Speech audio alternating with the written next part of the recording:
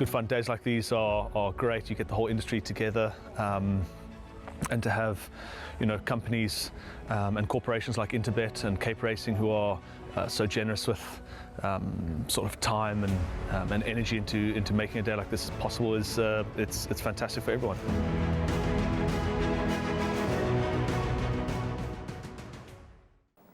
Let's move along swiftly and talk about race number 5 on the program, which is a merit-rated handicap at the 74 level for fillies and mares. And at the time of recording, all 10 runners will face the starter. Check your scratchings and equipment changes before taking your final bets. The 10 runners are Contra Fiscum, Kennedy, Vision to Achieve, Predator's Feast, Candy for My Mommy, Here and After, Chelsea Flower, Full of Magic, War Empress, and Sky Cafe. Raheel, I'm going to remind the viewers, Pray for Rain changed owners, first run for its new owner, it won. There was a horse of Carl Hewitson's the other day, Asposturki, changed owners and ran in the colours of Mr. Fukun. First run, bang, in the winner's enclosure. I asked Carl Hewitson, well, the trend might continue. When's Chelsea Flower running? He said Wednesday. First run for the new owner, Mr. Fukun. Let's see if Chelsea Flower can make it 3 in a row for that sort of stat and that trend. But on a more serious note, Chelsea Flower does have solid form, and if she were to win, I certainly wouldn't be shocked. A horse that I think we have to take very seriously is number 1, Contra Fiscum.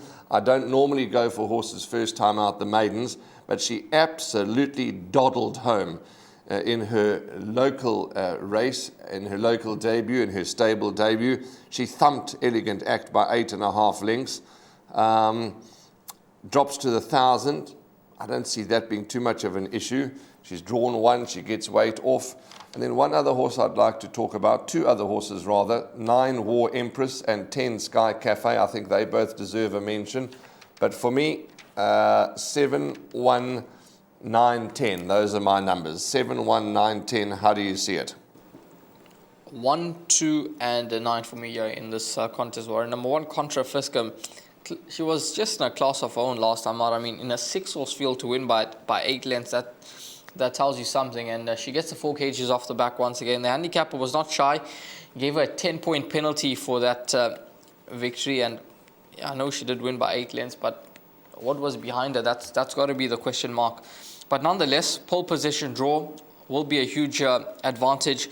She drops to the 1,000-meter trip. It's going to be interesting to see how she shapes up in this contest, now dropping in trip. But the pace that she showed last time out, I'm convinced that she'll be able to see out the 5 furlongs quite comfortably. Number 2, Kennedy, is a type of filly that will be banking on a good pace. And there's guaranteed to be a good pace in this contest, and I think she's going to enjoy it. Now, she does return off a 99-day layoff. Her last start was behind Creme Brulee where the average rating was a 73. She's got some fair Cape form to her name. She's a filly that I think still has scope for improvement. She's only had 5 starts to date for a win and a third, so there's still more to come from her.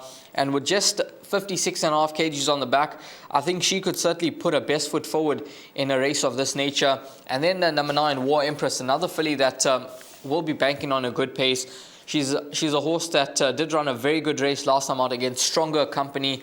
When beaten 1.5 lengths behind Sabatini, she ran a good race. 3 starts back behind Hot Pearl, second to Vision of Bull. So she's got some form to her name, and I think she'll be competitive in a race of this nature as well. So numbers 1, 2, and 9 for me. Top selection, I'd possibly be with number 1, Contra Fiscum. Like you, it's not our style to tip a horse straight out the maidens, but just the manner in which this filly won last time out, there's something about her, and she could do seriously well here in KZN. Even though gone up 10 points, she still gets 4 kgs off the back, which is obviously a huge advantage. So those are going to be the 3 horses that I play around in race number 5. And for you, what would be your sort of bet in the 5th race, Warren?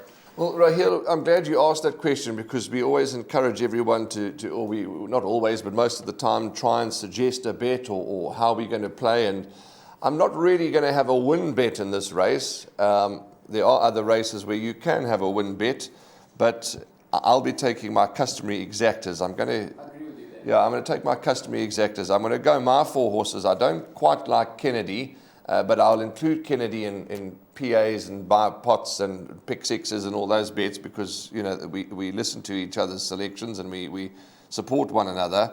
But at first glance, Kennedy's not really part of my play, but I'm going to include Kennedy after what you've said. But my exacta play will be the 4 numbers I gave. 1 Contra Fiscum, 7 Chelsea Flower, 9 War Empress, and 10 Sky Cafe.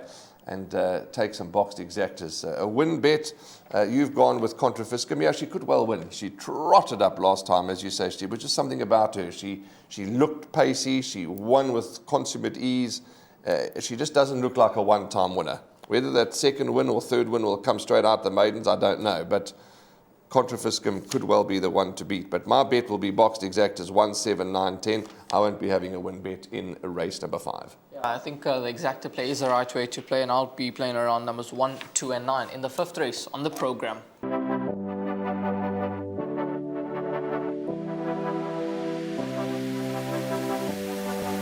The betting, the not so much anymore, is more down to my own fault. I need to get studying again to get the edge back. But yeah, it's a great product. I love the exchange. It's really, in my opinion, one of the better bookmakers, if not the best bookmaker out there.